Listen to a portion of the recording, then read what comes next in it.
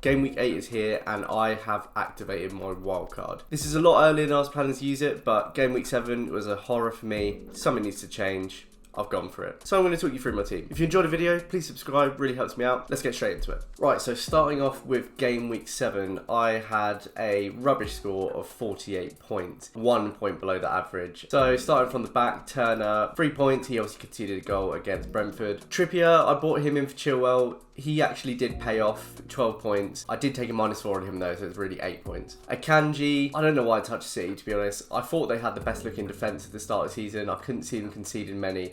And then they go and lose to Wolves. Kabore just 3 points over the double game week. And Estupiñán took a -2 for the own goal that he conceded in Brighton's thrashing against Villa. Gordon, my other transfer, actually did pay off in that straight transfer, 5 points for him. But he got a 5th yellow card of the season and is now suspended for the next game. Salah just 1 point in the 2-1 loss. 2 points for Maddison despite them winning. He wasn't involved in any of the goals. Saka on 9 points. Obviously there was injury doubts with him going into this game, but he got a goal. Haaland, no goal for him, so just the 4 points. And then 10 points for Morris in the double game week. Didn't want to play Pickford or Archer. Botman, of course, was injured, so he went to the bench. And the player that I wish I played and would have kept me above the average is Diaby. I just couldn't call how Villa were going to get on against Brighton, especially given they got thrashed by Newcastle at the start of the season. Obviously, Brighton has been scoring a lot of goals. I didn't really see this result coming, to be honest. The downside here is that Diaby did come off at the 78th minute with an injury, and he did miss the Conference League game that Villa played on Thursday night as well. So he's a bit of an uncertainty going into the next game week. Not a great week. Obviously, a lot of flags starting to pop up for injuries, 4 injuries there. So it's time to wildcard.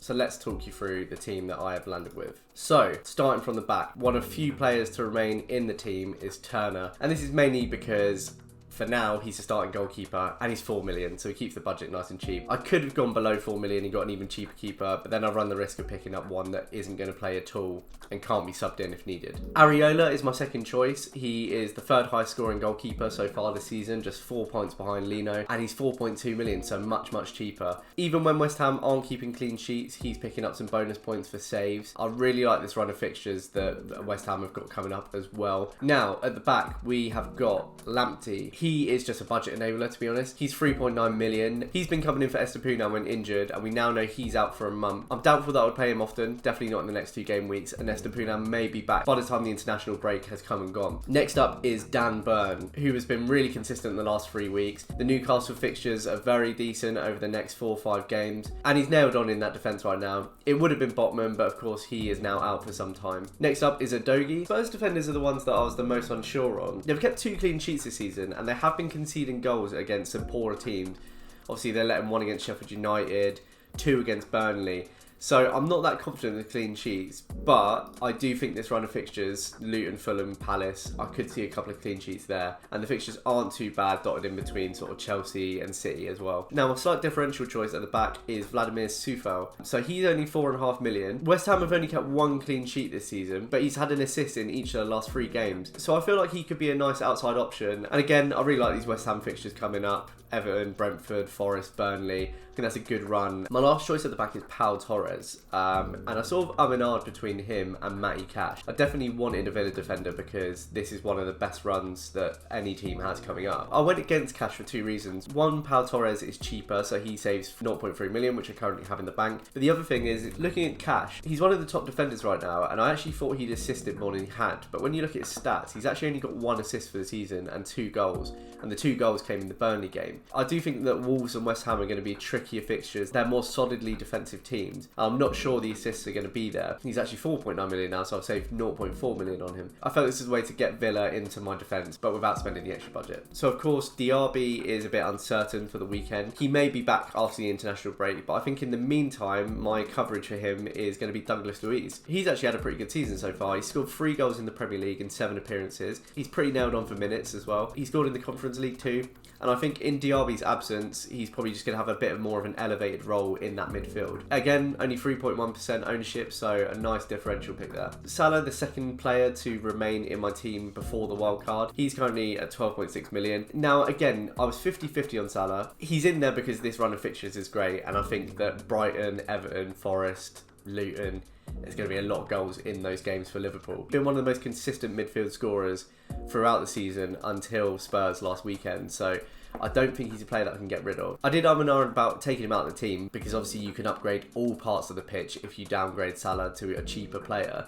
But I just found without Salah being in there and with the potential of someone like Saka being injured, there weren't that many midfield choices that I wanted to put in. So in the absence of an obvious replacement, he has to stay in for me. Now my third choice, he's a bit of a budget enabler, is Sean Longstaff. He's been pretty solid for minutes in the last 3 games. Picked up a goal and 2 assists, and I really don't mind that for 4.9 million. A nice bench choice, I think. Maddison is my third player to remain in the team at 8 million. I did contemplate getting rid of him because I wasn't sure if I wanted to double up on Spurs, but I think these fixtures are really good. The other thing here is that another player I've been eyeing up is Bowen, and after those fixtures turn a little bit from sort of game week 11, I could look to downgrade to Bowen, and I've got the money straight from Maddison to swap him in. So last wildcard choice is Son. To me, he's a big reason why I've used my wildcard. I had to get him in while he was at the 9.3 million price. He's already gone up to 9.4 million. There is talks of him sort of nursing an injury at the moment. He did come off at 68 minutes against Liverpool, but he has been in training, he's had a week's rest, and I can't turn down these fixtures for him. Now the main midfield player that I'm conscious of not having is Saka. We don't really know what's going on with his injury.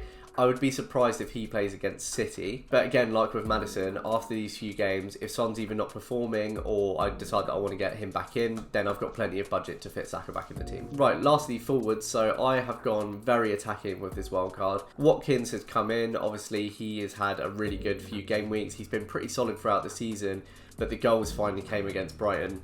Now, I am normally very conscious of chasing points, and we know what's happened this season with bringing in players who've hauled really big the previous week and then blanking the following week. He's also scored something like 1 goal in the last 3 or 4 appearances against Wolves. Not that that necessarily means much, but it did make me contemplate not going for him. But I think the damage of not having him will be bigger if he does score. This run of fixtures is great. If DRB is out, there should be more of a focal point on Watkins because DRB had been sort of stepping in and taking some of the goals. We know last season when Emery came in that Watkins went on like a brilliant scoring run, and maybe that will be recreated with DRB out. Now my second choice is a player I've talked about getting in all season, and his time has finally come. Is Darwin Núñez. Been really keen on getting him into my team. 3 goals and 2 assists in the Premier League this season, despite having really scattered minutes. Now is the time to take the chance on him, especially with talks of Gakpo being injured. I think that Darwin is going to come into the team. He's also been pretty good off the bench if he doesn't start as well. These fixtures could be a really good run for him. If it doesn't work out, I can look to downgrade him. And then the final player to remain in my team, of course, is Erling Haaland. Seen a lot of talk about no Haaland drafts. Bigger man than I if you take him out because I cannot go against him. And to be honest, with Arsenal's poor record against City, I could see him scoring on Sunday. Right, so that is the team for the week, and this is how I'm going to set up. So I'm going for 3-4-3, and I really hope it pays off. Right, that's my team for the week. What do you think? If you have any questions about your teams as well, any transfers you're considering, let me know. I'll reply to everything. Thanks very much for watching. Good luck for the week, and I'll see you next week. Cheers.